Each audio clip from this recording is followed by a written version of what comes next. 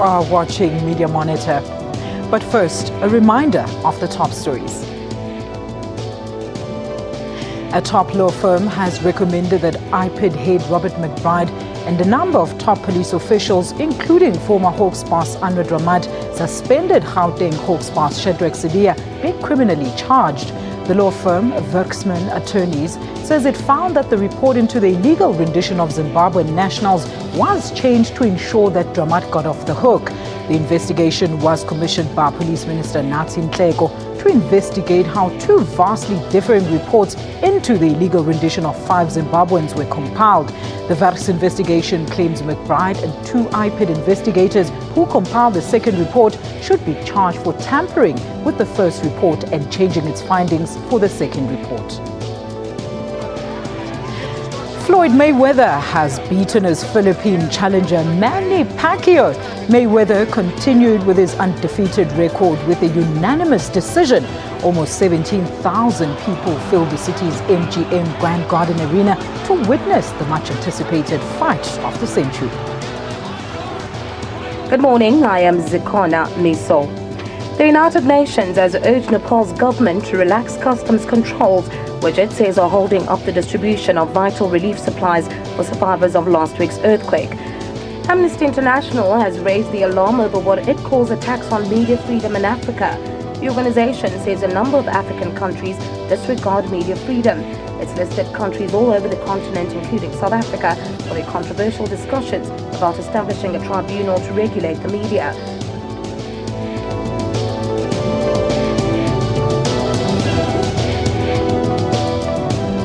Media Monitor is a platform where we discuss the news that made everybody talk, looking at stories from across all media platforms. I am your host, Alicia Jali, and to share your views on our topics, do call us on the following numbers. It's +2 711 714 6843, 714 6847, or 714 6857. Alternatively, interact with us on Twitter at SA Media Monitor. Very, very good morning to you.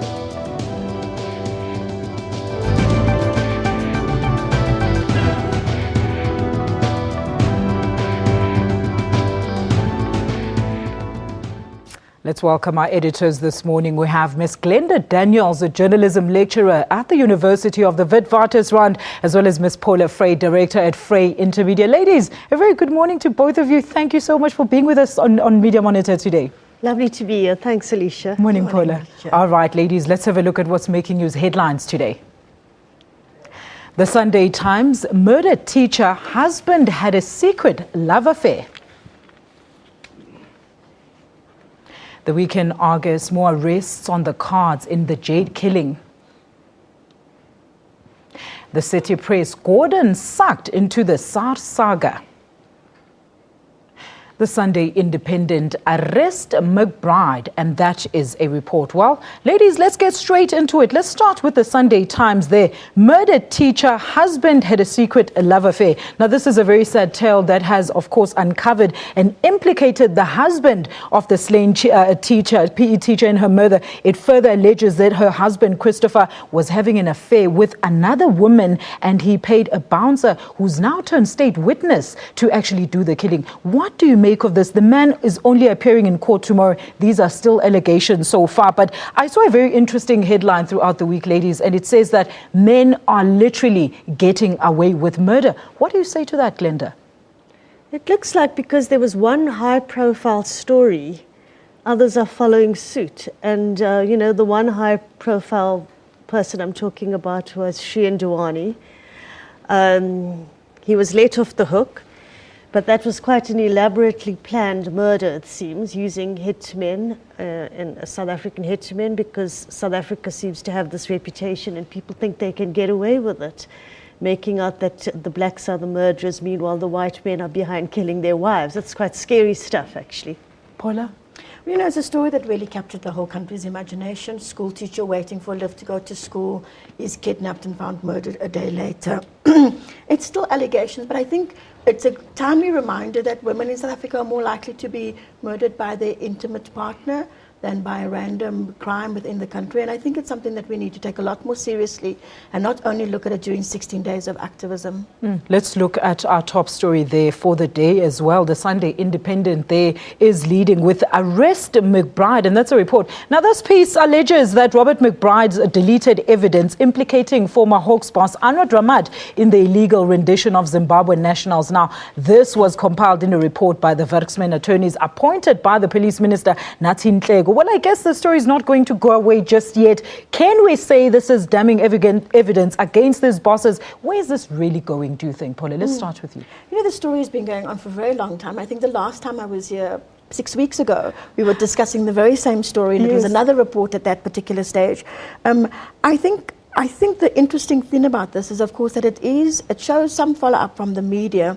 It's a story across various media today, and it, of course, is as a result of a leaked report. So there's probably some agenda behind leaking the report, but it's worth following the story through to the conclusion. The evidence here does seem to be damning. It's an independent report. What happens next, I think, is going to be critical. Glenda? Well, I think the thing's also quite political. I mean, it's not just about one report says this and another report says that. I think it's they wanted to get rid of Dramad. He's taken a handsome payout, and now they, Nathi Nhleko, who's a backer of Zuma, wants to get rid of any kind of independent investigative unit that would implicate the president in any way. That's the way I see it. It's quite a political thing. And then one report after another report seems to confuse the public about what's really going on. Paula, anything else you want to add on that? I think, the situation, as Glenn was saying, is a bit murky. There are lots of counter-allegations and allegations.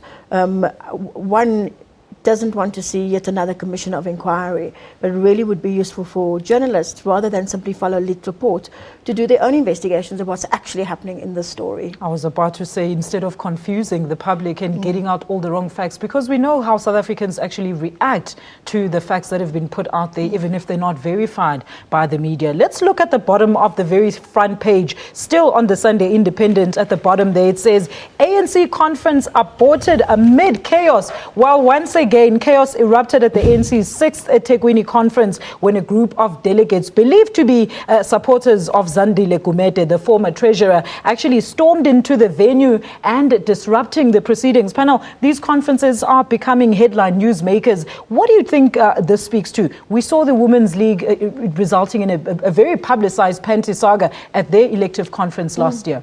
Glenda, let's start with you.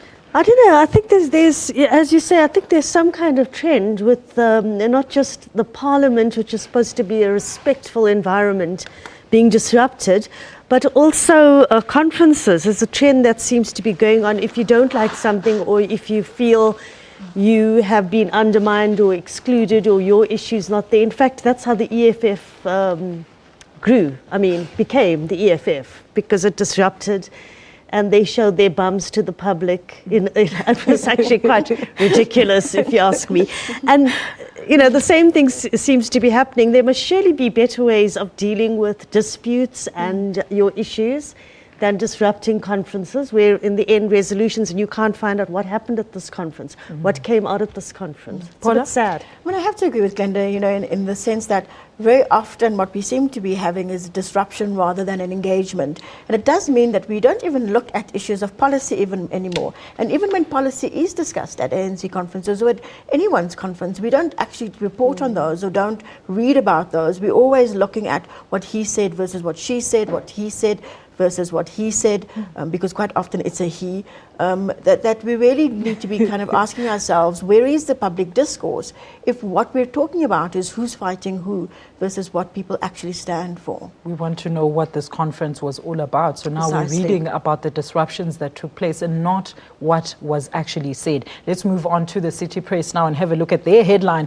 Gordon sucked into the SARS saga. Now, ladies, I know you're going to relate this to the story that we've just done, of course, on the IPID bosses. Well, this story talks about how Minister of Cooperative Governance, Pravin Gordhan, has allegedly been summoned to testify at a disciplinary hearing for suspended SARS Deputy Commissioner Ivan Pillay. And this also alleges that Gordhan might have known and signed on the rogue spy unit. Panel, another continuation of the never-ending drama at SARS. How do you think this portrays the image of the organization to the public? Let's start with you, Paula. Well, it's a matter of concern, isn't it? Because SARS has been one of the high-functioning government departments. In fact, Gordon undertook a really, in fact, a business case study transformation of SARS from an entity that was inefficient and disliked to an efficient, not liked entity, but a respected entity.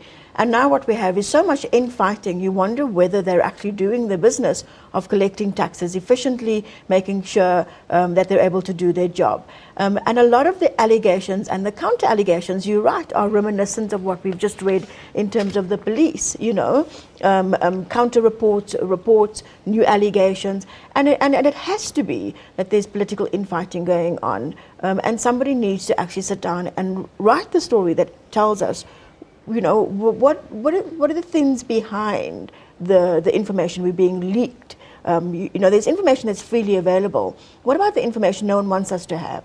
What are the possible links there between those three different stories there, Glenda? What do you think of the story? Well, your first question, the reputation of SARS has now unraveled. It's gone down about, say, 4 years ago. SARS was held up as an institution that was doing its job. They were getting lots of tax out of the tax dodgers, etc. Now I don't know who the good guys and the bad guys are in this whole saga, and whether indeed you need a rogue unit at all in SARS, if that was how it functioned.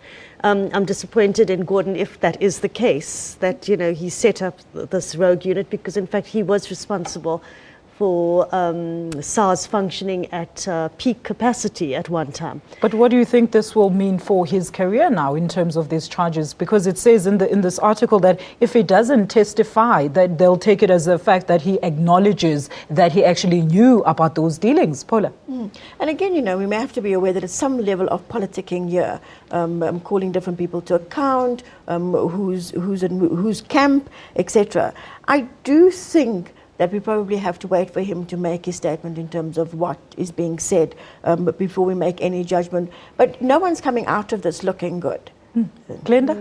No, I totally agree with Paula. I mean, I don't know what the Commissioner Tom Moyani's role is in it, or Ivan Pillay, whether he was a good guy or a bad guy. One report you read says he did this and another report says that. I'd be very interested in Gordon's statement about it.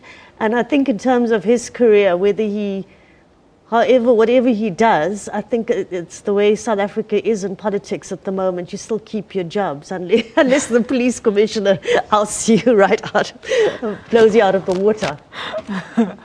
All right, we're going to leave it there and take a very quick ad break. And up next, we talk about World Press Freedom Day. Are we free as media? Call us, tweet us. We are coming back shortly after this. Stay tuned.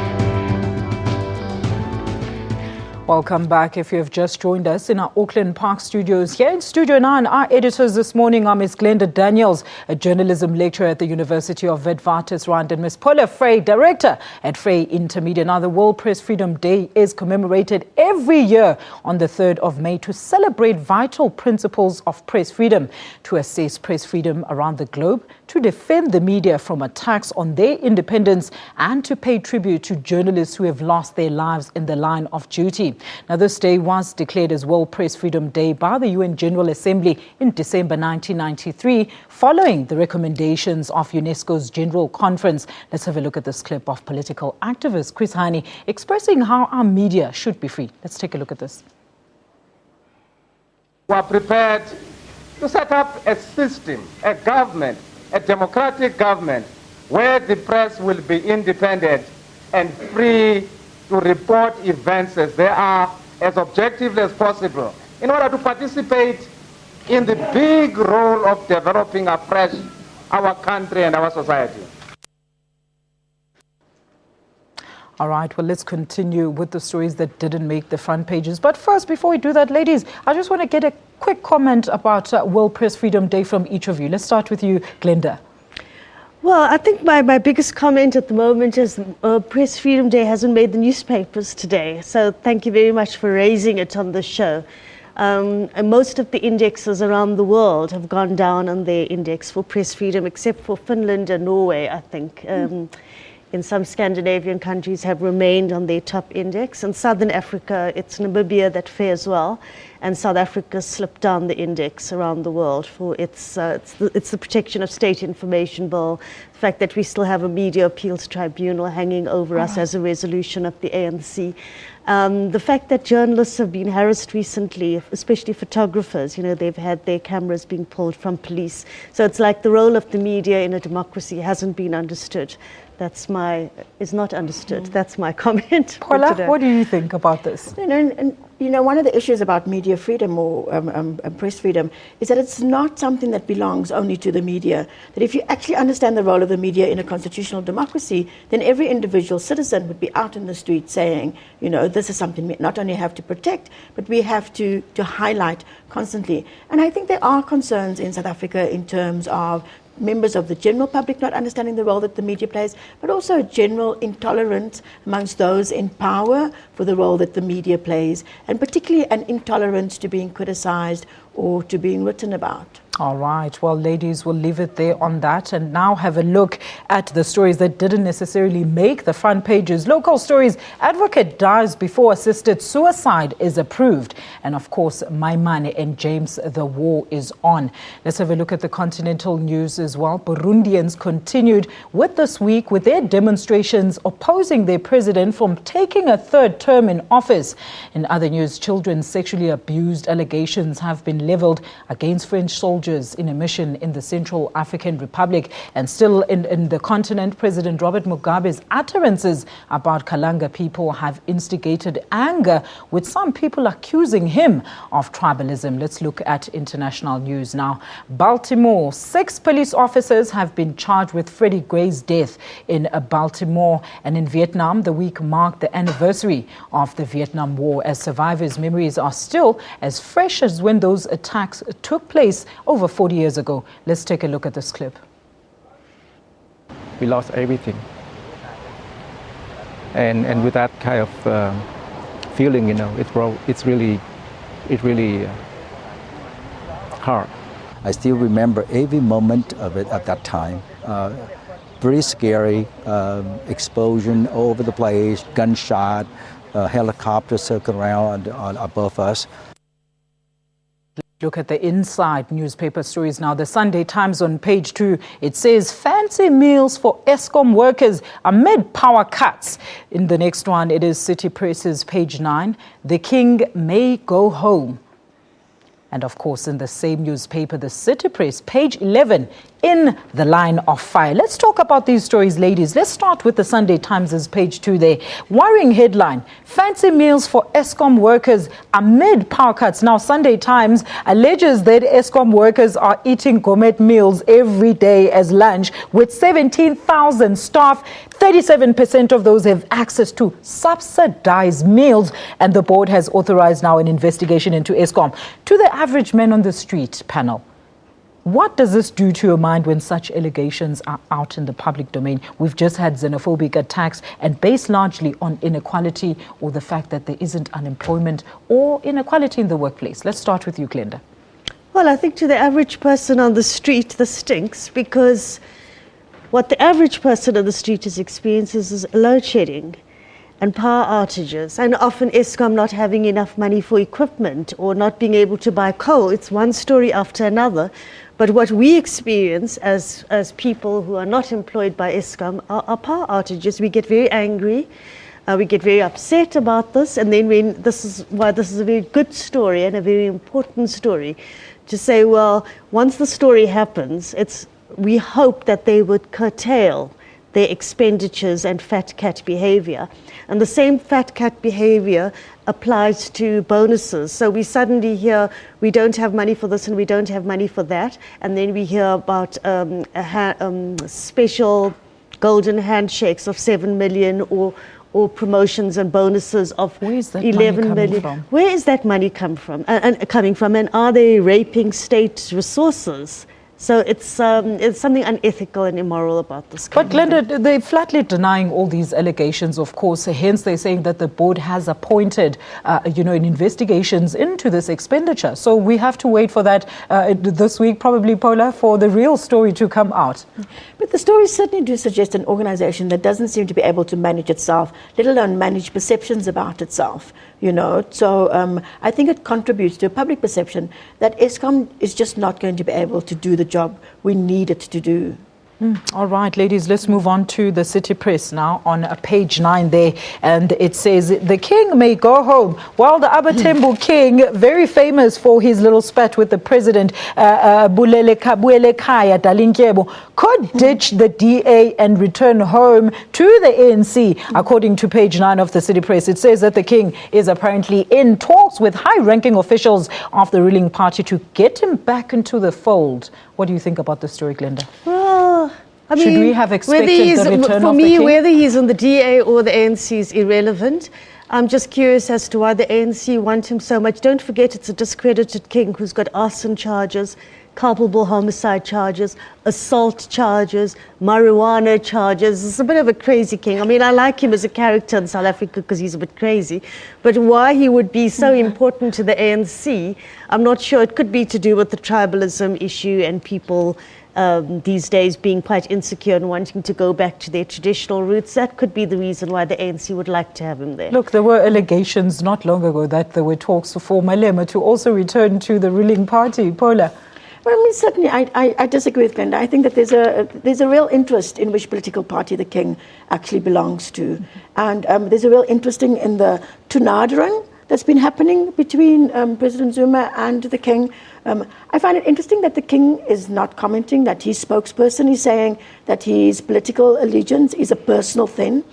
But there doesn't seem to be an attempt to get him to ask him. And he says that the king was tired of the fighting. He just wanted to make peace. So let's make peace with it, ladies, and leave it there and move on now, finally, to the City Press's page 11, in the line of fire. Now, Mcebo Dlamini, president of Vets SRC's statement on Facebook has caused quite a stir about, the status that he wrote about how he loves Hitler. He explains why he said this particular statement as a reply to another status update on Facebook. Once again, social media coming into the spotlight and making big waves. Glenda, please explain to us what happened here.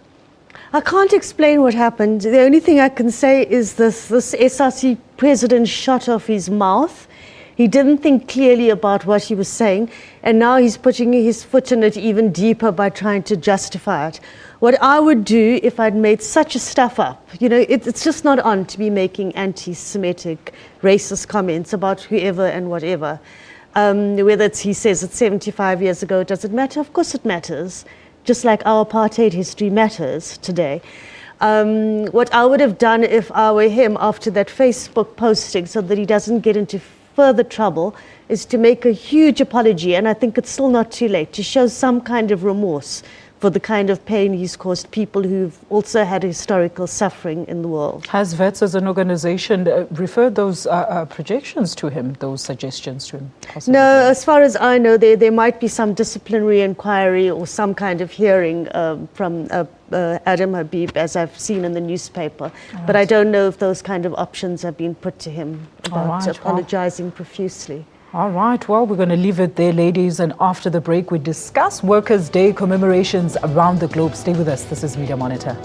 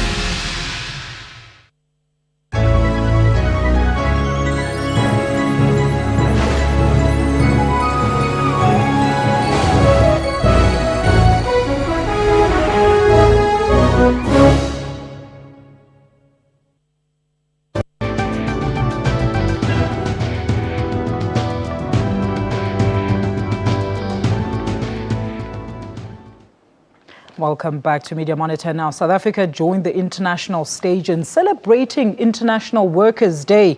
International communities, including governments, unions and labour activists, call for quick advancement of labour issues across the globe. Here at home, the day was observed by marches in all provinces. Here's an important word from President Jacob Zuma.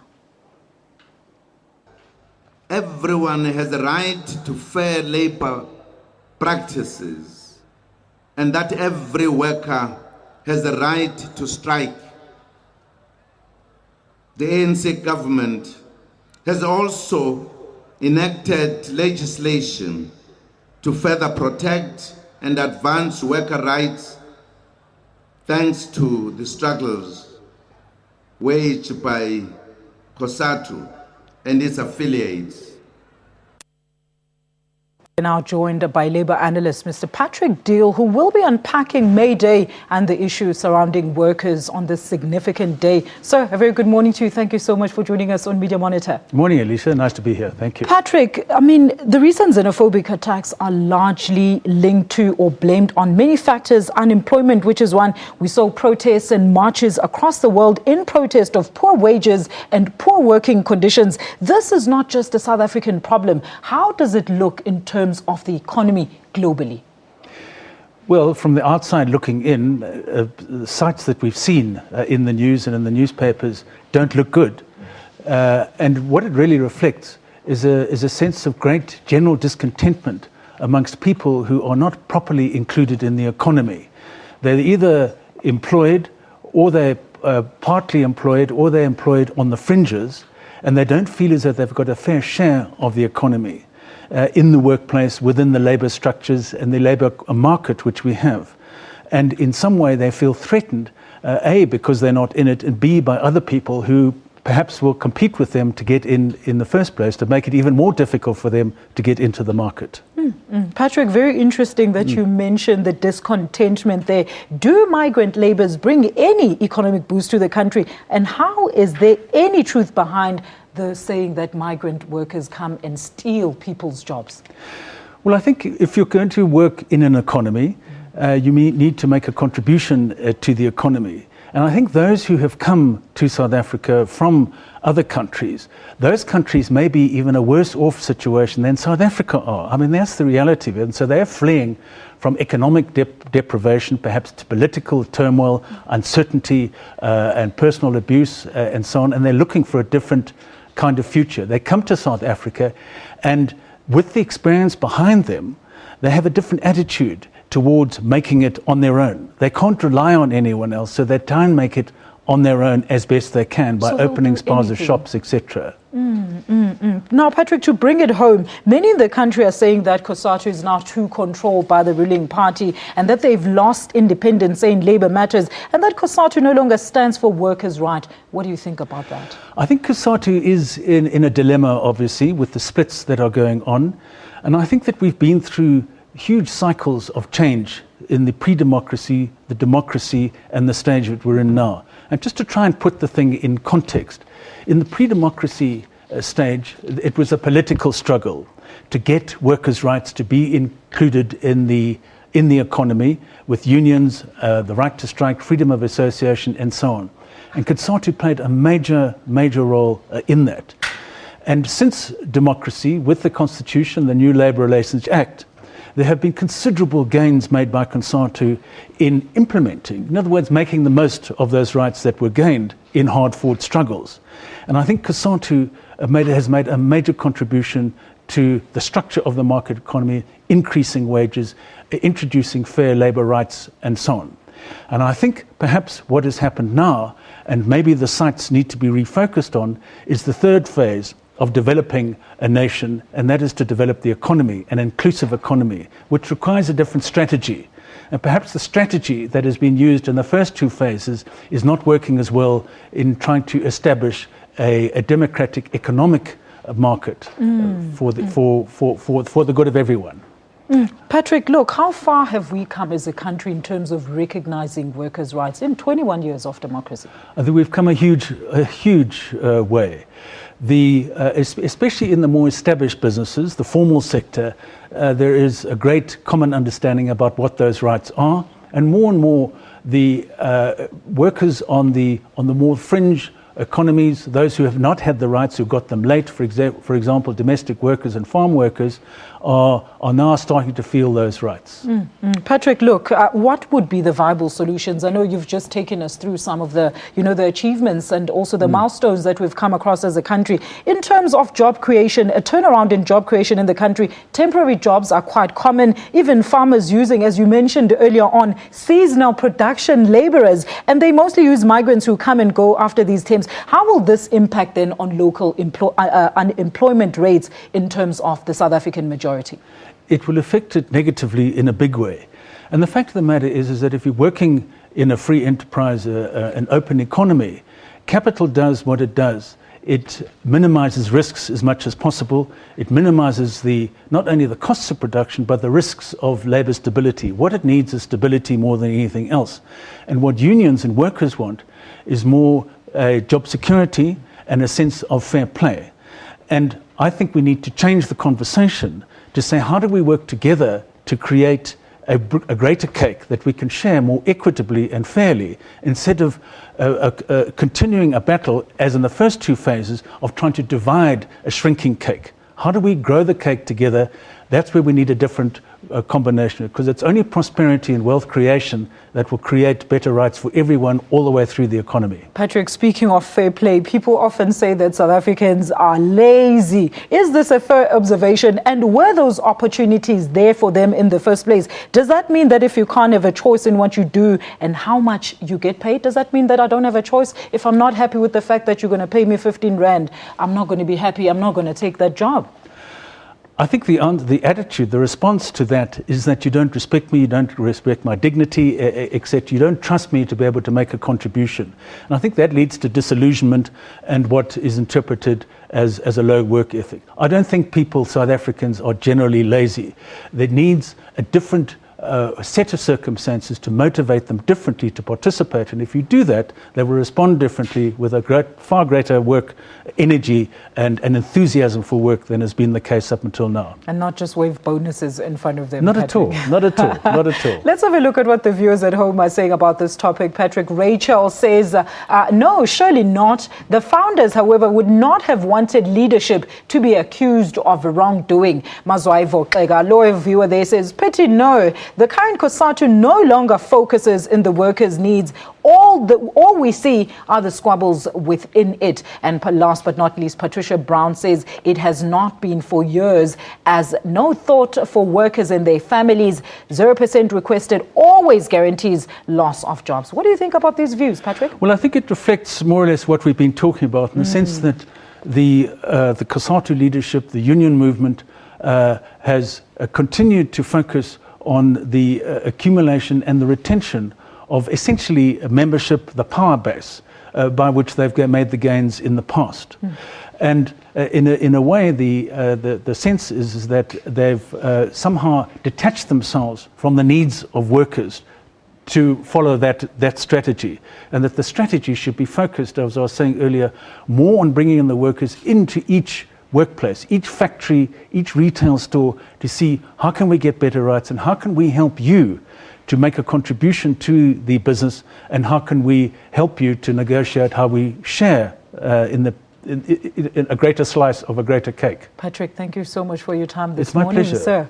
All right, well, that was Mr. Patrick Deal giving us an in-depth insight on May Day. We're going to take a quick ad break. We'll be looking at the Nepal earthquake when we return, and how South Africa is lending a helping hand in the rescue missions. That's all coming up after this quick break. Stay with us.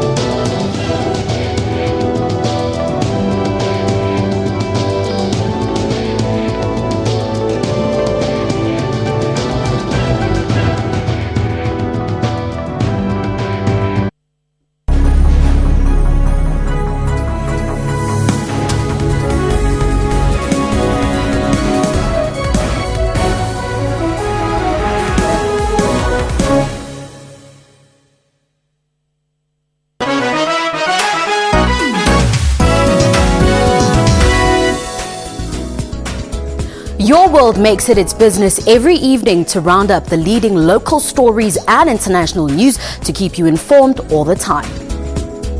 Make a date with Your World every evening for all the news headlines around the world to keep you abreast with knowledge. Catch Your World for headlines across the world every Monday to Friday from 9 p.m, then Saturday and Sunday from 7 p.m.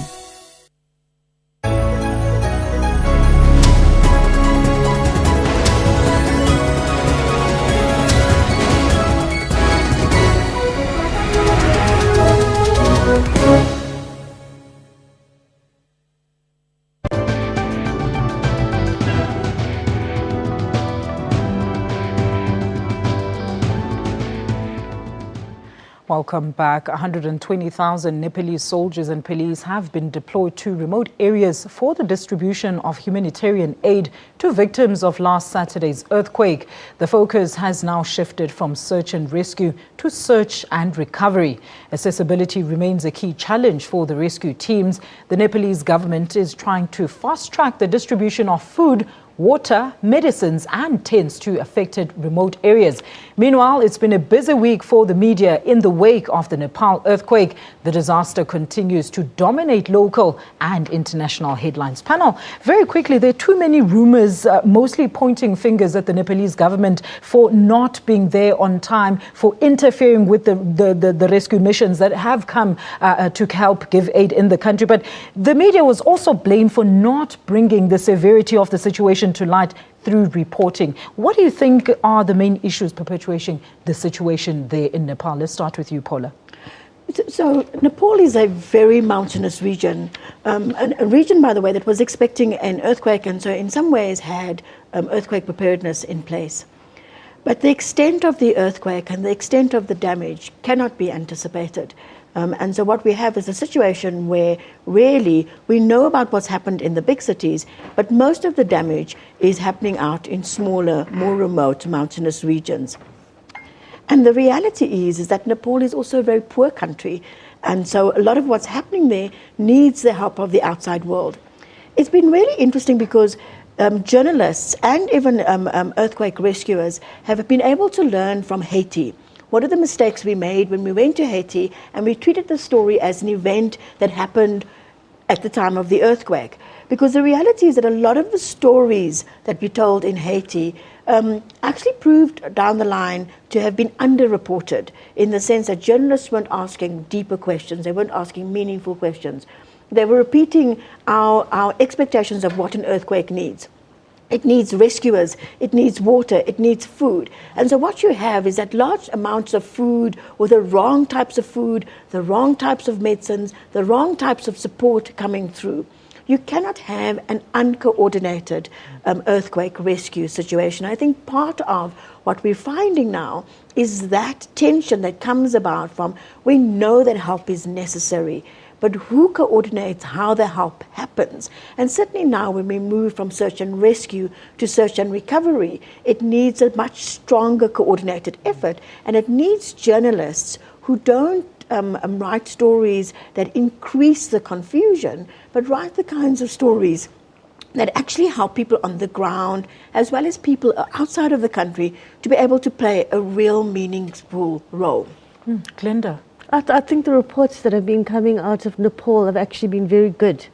The journalists have done a good job, and we've also been getting on television a wide range of different types of reports from different countries and different perspectives, and a diverse, and maybe, as Paula says, we've learned from other rescue operations in Haiti, etc. All right. Now, what do you think of the SA aid givers and missions in Nepal? Apparently, they even started their first operation within hours of arrival on the very first victims of the earthquake. What do you think of that, Paula? I really do think they're incredible ambassadors for this country. You know, I think we're very proud to be able to associate the country with a group that does such good work. You know, they're always there when they need to be, and I think they really do play an incredible role. Glenda? I think the gift of the givers also, I think they're great. They start mobilizing ASAP within one day. Within 24 hours of the Nepal earthquake happening, they gathered their forces, food, clothing, etc. They've got quite a slick machinery, it seems. So I'm impressed. Another thing that, people on the ground were also complaining about and also blaming media was the fact that they're not bringing light to the fact that there is a threat of an outbreak of disease in the area. And apparently nobody's addressing that. What do you think of that, Paula? I mean, there's always a threat of an outbreak of disease in a situation like this. And sometimes it's the less sexy story because it's the issue, The really nice stories to be able to tell is the miracle baby, 22-month-old baby who's rescued, 2 days later from the rubble. Those are really nice stories. But the reality is that on the ground, people are more likely to die from diarrhea, from illnesses that are fairly preventable. Glenda? I totally agree, but I think also, in any kind of situation where there are tens of thousands of people dying and an earthquake of such a magnitude, it can't all be happening like this, just all as, medical supplies, food, clothing, shelter. It normally takes you by surprise, these earthquakes. So... All right. Okay, panel. I think we're going to leave it there on the Nepal story, but let's have a look at the entertainment story now. Before we go, just a little bit of fun. While most of the world took to the streets to commemorate the International Day, Morris men and ladies gathered together with their large sticks, ribbons, jangling bells, oversized hankies and baldrigs for music and dance for the annual May Day celebrations. Let's see how it went down.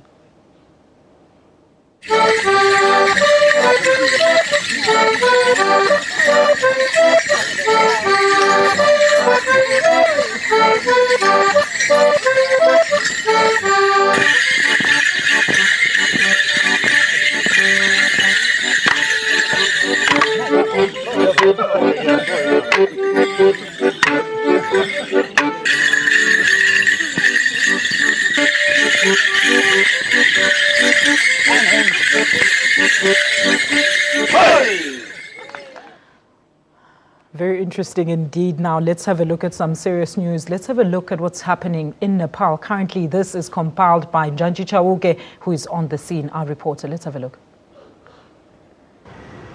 Alicia, welcome to the Lalitpur district in Kathmandu, one of the areas that was affected by the recent earthquake. Even last night, there were aftershocks. Actually, even at our own camp, we felt the ground moving at around 3 a.m. local time. That's 2300 in South Africa, but no one was injured. The earthquake is not just the talking point on the streets of Lalitpur, but it's also a story that is being reported by the media. Let's go to the local newsstand to check what the newspapers are saying. Good morning, sir. Good morning. How are you? Fine. Good, good. Can we have a look at some of your papers? Welcome. Okay, thanks very much. Oh, I see, Alicia, here on the table we have some of the top papers here in Kathmandu. We've got the Kathmandu Post.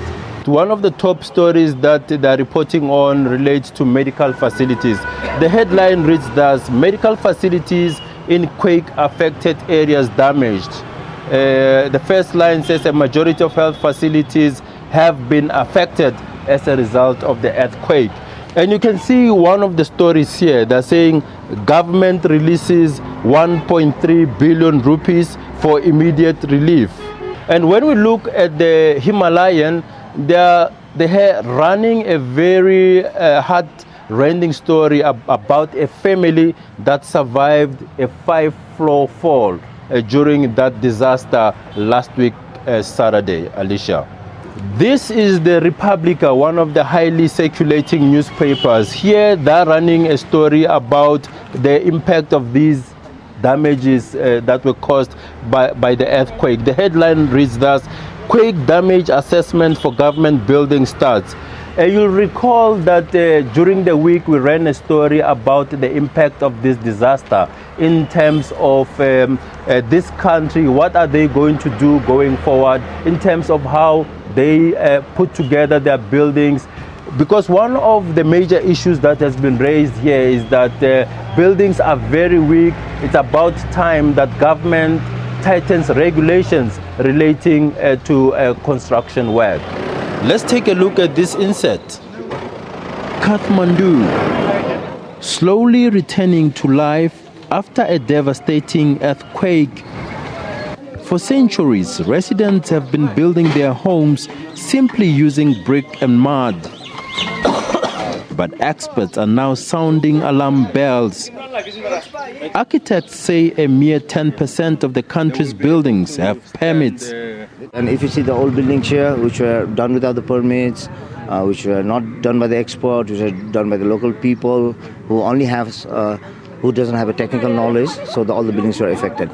They are trying to cut the cost when they are building their house. Okay, so now they are paying the price when something like this happens. Those are some of the top stories here in Kathmandu as we continue reporting on the aftermath of this earthquake. It's back to you in studio. That's SABC reporter there in Nepal, in Kathmandu. That's Njanji Chauke, giving us the latest in terms of what's happening in terms of the rescue and recovery now, search and recovery. Ladies, before I let you go very quickly, just 30 seconds, Glenda, what do you think will be prominent in the news this coming week? I think the DA fight for leadership, Musi Mamani and Wilma James will maybe slug it out. Maybe there'll be issues of policy. I don't know what the issues will be, but that will be an issue to look out for. I think there will be still more on Nepal and the disaster. Thank you, Glenda. Thank you, Glenda. Paula, what do you think will be prominent in the news this week? I certainly think that as we get feedback from the more rural areas of Nepal, we're going to, that story will continue.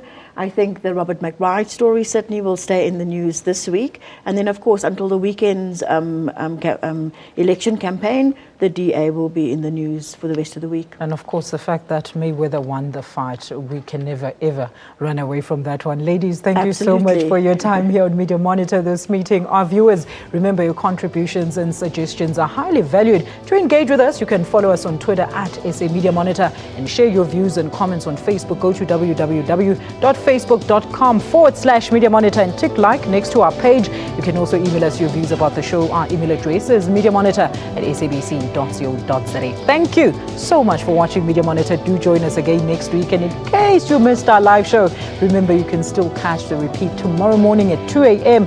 Alternatively, go to our SABC YouTube link on www.youtube.com/SABC News. For myself, my panelists, and the rest of the QTIV team, have yourself a blessed Sunday. Goodbye.